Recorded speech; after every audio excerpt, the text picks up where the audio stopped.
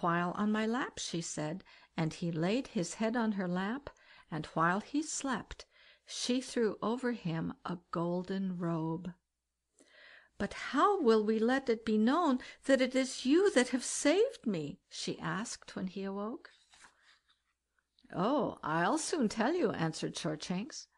"When Ritter Red has led you home again, and given himself out as the man who has saved you, you know he is to have you to a wife, and half the kingdom. Now, when they ask you, on your wedding day, whom you will have to be your cup-bearer, you must say, 'I will have the ragged boy who does odd jobs in the kitchen, and carries in wood and water for the kitchen maid. So, when I am filling your cups, I will spill a drop on his plate, but none on yours. Then he will be wroth, and give me a blow, and the same thing will happen 3 times, but the 3rd time you must mind and say, "Shame on you to strike my heart's darling. He it is who set me free, and him will I have." After that Shortshanks ran back to the palace as he had done before, but first he went on board the ogre's ship and took a whole heap of gold and silver and precious stones, and out of them he gave the kitchen maid another great armful of gold and silver rings. Well, as for Ritter Red, as soon as ever he saw that all risk was over, he crept down from his tree and threatened the Princess till she was forced to promise she would say it was he who had saved her. After that he led her back to the palace, and all the honour shown him before was nothing to what he got now, for the king thought of nothing else than how he might best honour the man who had saved his daughter from the 3 ogres. As for his marrying her and having half the kingdom, that was a settled thing, the king said. But when the wedding day came, the princess begged she might have the ragged boy who carried in wood and water for the cook to be her cupbearer at the bridal feast. "I can't think why you would want to bring that filthy beggar boy in here", said Ritter Red, but the princess had a will of her own, and said she would have him and no one else to pour out her wine. So she had her way at last. Now everything went as it had been agreed between Shortshanks and the princess. He spilled a drop on Ritter Red's plate, but none on hers, and each time Ritter Red got wroth and struck him. At the first blow Shortshanks' rags fell off, which he had worn in the kitchen. At the second the tinsel robe fell off, and at the third the silver robe, and then he stood in his golden robe, all gleaming and glittering in the light. Then the princess said, "Shame on you to strike my heart's darling. He has saved me, and him will I have." Ritter Red cursed and swore it was he who had set her free, but the king put in his word and said, "The man who saved my daughter must have some token to show for it."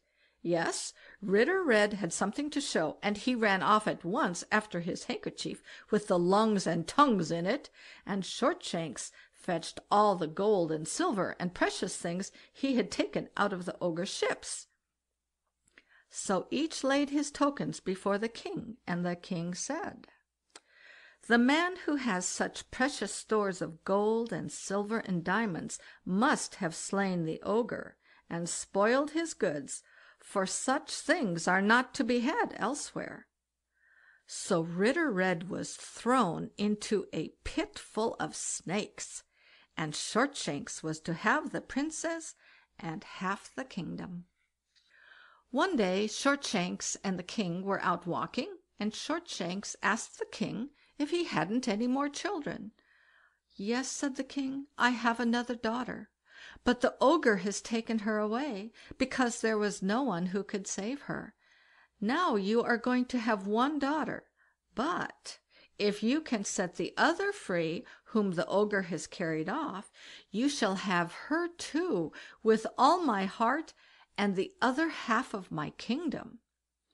"Well", said Shortshanks, "I may as well try, but I must have an iron cable, 500 fathoms long, and 500 men, and food for them to last 15 weeks, for I have a long voyage before me." Yes, said the king, he should have them, but he was afraid there wasn't a ship in his kingdom big enough to carry such a freight. "Oh, if that's all," said Shortshanks, "I have a ship of my own." With that he whipped out of his pocket the ship he had got from the old hag.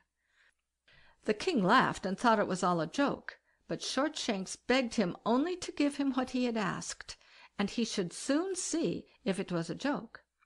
So they got together what he wanted, and Shortshanks bade him put the cable on board the ship first of all. But there was no one man who could lift it, and there wasn't room for more than one at a time around the tiny ship. Then Shortshanks took hold of the cable by one end and laid a link or two into the ship, and as he threw in the links, the ship grew bigger and bigger, till at last it got so big that there was room enough and to spare in it for the cable, and the 500 men, and their food, and Shortshanks, and all.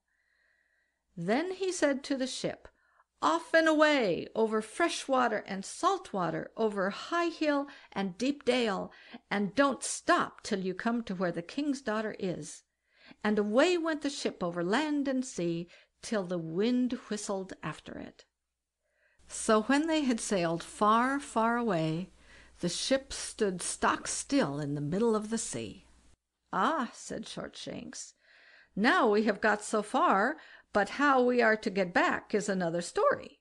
Then he took the cable and tied one end of it round his waist, and said, "Now I must go to the bottom, but when I give the cable a good tug and want to come up again, mind you all hoist away with a will, or your lives will be lost as well as mine." And with these words overboard he leapt and dived down, so that the yellow waves rose around him in an eddy. Well, he sank and sank, and at last he came to the bottom, and there he saw a great rock rising up with a door in it, so he opened the door and went in. When he got inside, he saw another princess, who sat and sewed, but when she saw Shortshanks she clasped her hands together and cried out, "Now God be thanked, you are the first Christian man I've set eyes on since I came here." "Very good," said Shortshanks, "but do you know I've come to fetch you?" "Oh," she cried, "you'll never fetch me, you'll never have that luck, for if the ogre sees you he'll kill you on the spot." "I'm glad you spoke of the ogre," said Shortshanks. "'Twould be fine fun to see him. Whereabouts is he?" Then the princess told him that the ogre was out looking for someone who could brew 100 lasts of malt at one strike, for he was going to give a great feast, and less drink would not do. "Well, I can do that," said Shortshanks. "Ah," said the princess, "if only the ogre wasn't so hasty, I might tell him about you, but he's so cross I'm afraid he'll tear you to pieces as soon as he comes in, without waiting to hear my story. Let me see what is to be done. Oh, I have it. Just hide yourself in the side room yonder, and let us take our chance." Well, Shortshanks did as she told him, and he had scarce crept into the side room before the ogre came in. "Huff!" said the ogre, "what a horrid smell of Christian man's blood!" "Yes," said the princess, "I know there is, for a bird flew over the house with a Christian man's bone in his bill, and let it fall down the chimney.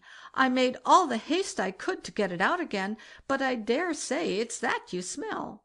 "Oh," said the ogre, "like enough." Then the princess asked the ogre if he had laid hold of anyone who could brew 100 lasts of malt at one strike. "No," said the ogre, "I can't hear of anyone who can do it." "Well," she said, "a while ago there was a chap in here who said he could do it." "Just like you with your wisdom," said the ogre. "Why did you let him go away when you knew he was the very man I wanted?" "Well, then, I didn't let him go," said the princess, "but father's temper is a little hot, so I hid him away in the side room yonder. But if father hasn't hit upon anyone, here he is. "Well", said the Ogre, "let him come in then." So